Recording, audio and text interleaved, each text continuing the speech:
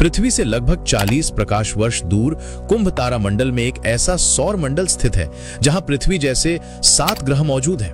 और हैरानी की बात यह है कि इनमें से 3 ग्रहों पर पानी और जीवन दोनों की संभावना जताई जा रही है। इस सौर मंडल का नाम है ट्रैपिस्ट-1। साल 2016 में वैज्ञानिकों ने इस प्रणाली की खोज की। ये ग्रह प्रणाली एक छोटे से लाल तारे के चारों ओर घूमती है।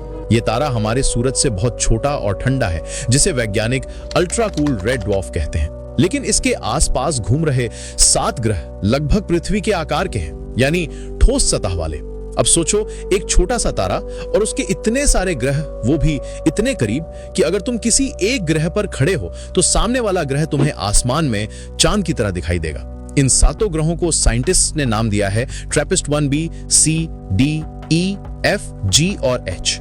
इनमें से E, F और G सबसे खास है क्योंकि इन ग्रहों पर जीवन की संभावना भी जताई जा रही है।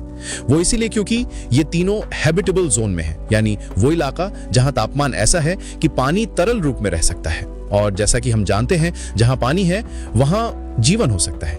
नासा के जेम्स वेब स्पेस टेलीस्कोप ने इन ग्रहों के वातावरण में कार्बन डाइऑक्साइड और जलवायु जैसी गैसों के संकेत खोजने की कोशिश भी शुरू कर दी है। अगर वो मिल जाते हैं तो ये मानव इतिहास की सबसे बड़ी खोज हो सकती है। और वैज्ञानिकों का मानना है कि इन ग्रहों पर जीवन मौजूद है तो और वे किसी भी समय हमसे संपर्क कर सकते हैं। हालांकि ये अभी भी स्पष्ट नहीं है कि इन ग्रहों पर जीवन मौजूद है।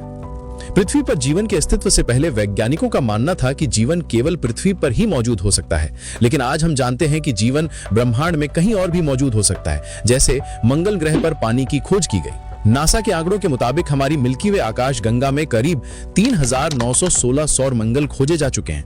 दोस्तों, ट्रैपिस्ट-1 हमें यह सोचने पर मजबूर करता है कि क्या हम वाकई इस ब्रह्मांड में अकेले हैं, या कहीं दूर किसी और ब्रह्मांड में कोई और सभ्यता है जो अपने आसमान की तरफ देखकर यही सोच रही है।